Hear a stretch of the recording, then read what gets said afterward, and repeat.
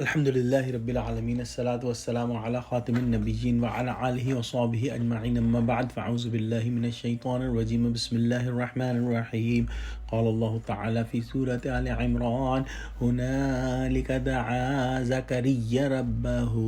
قال رب هب لی من لدنک ذریۃ طیبہ انک سمیع الدعاء۔ ترجمہ: وہی دعا کی زکریا نے اپنے رب سے کہا، اے رب میرے عطا کر مجھ کو اپنے پاس سے اولاد پاکیزہ، بے شک تو سننے والا ہے دعا کو۔ جیسے کہ پچھلی آیت میں ہم نے پڑھا کہ حضرت مریم علیہ السلام کے پاس غیر موسم کے بے موسم کے پھل جب دیکھے تو حضرت زکریا علیہ السلام کے دل کے اندر بھی ایک دبی ہوئی خواہش جو ہے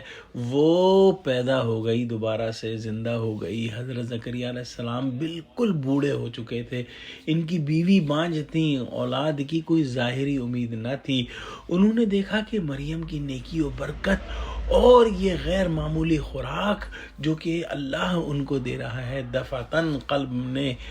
ایک جوش مارا اور فوری تحریک ہوئی کہ میں بھی اولاد کی دعا کروں، امید ہے مجھے بھی بے موسم میوہ مل جائے، یعنی بڑھاپے میں اولاد مرحمت ہو جائے۔ حضرت زکریا علیہ السلام نبی تھے اللہ کے، لیکن اس سے ان کی بشریت کا جو ہے وہ اظہار ہوتا ہے کہ انسان کے دل کی خواہشات جو ہیں وہ کسی بھی موقع پر جو ہے وہ تازہ ہو سکتی ہیں، اور یہی اس موقع پر بھی ہوا۔ جس طرح ہر انسان کو اولاد کی آرزو ہوتی ہے، نبی جو ہیں وہ بھی اس آرزو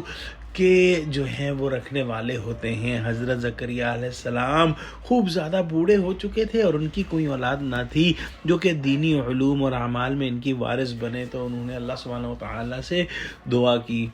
اللہ سبحانہ و تعالیٰ نے ان کو اولاد کی خوشخبری فرشتوں کے ذریعے سنائی اور ان کو یحییٰ علیہ السلام کے پیدا ہونے کی بشارت عطا فرمائی۔ ایک بار اس سیکوینس کو دوبارہ سمجھ لیجئے کہ پہلی ولادت جو تھی وہ حضرت مریم علیہ السلام کی تھی، اور ان کی والدہ جو تھیں ان کو کئی عرصے سے جو ہے وہ بچہ نہیں ہو رہا تھا، یہاں تک کہ وہ بوڑھی ہو گئی۔ اور یہ ہمارے عام مشاہدے کی بات ہے کہ دنیا کے اندر ایسے کپلز ہوتے ہیں جو 5 سال 10 سال 15 سال اور اس سے بھی زیادہ کی دعا کر رہے ہوتے ہیں اولاد کی، لیکن اولاد نہیں ہوتی۔ لیکن کچھ لوگوں کو اللہ سبحانہ و تعالیٰ اتنے عرصے بعد بھی اولاد دے دیتا ہے، اور کچھ لوگ جو ہے وہ بے اولاد رہتے ہیں، تمام تر کے علاج کے باوجود بے اولاد رہتے ہیں۔ یہاں پہ امریکہ میں بھی ہم دیکھتے ہیں کہ ہر چیز میسر ہونے کے باوجود کچھ لوگوں کو اولاد میسر نہیں ہوتی۔ پھر دوسری مثال حضرت زکریا علیہ السلام اور ان کی زوجہ کی ہے۔ حضرت زکریا علیہ السلام نہایت ضعیفی کی عمر کو پہنچ گئے تھے، اور روایتوں میں ہے کہ ان کی عمر 100 سال سے بھی زیادہ تھی، اور ان کی بیوی جو تھیں وہ بھی بانجھ تھیں اور بوڑھی ہو چکی تھیں۔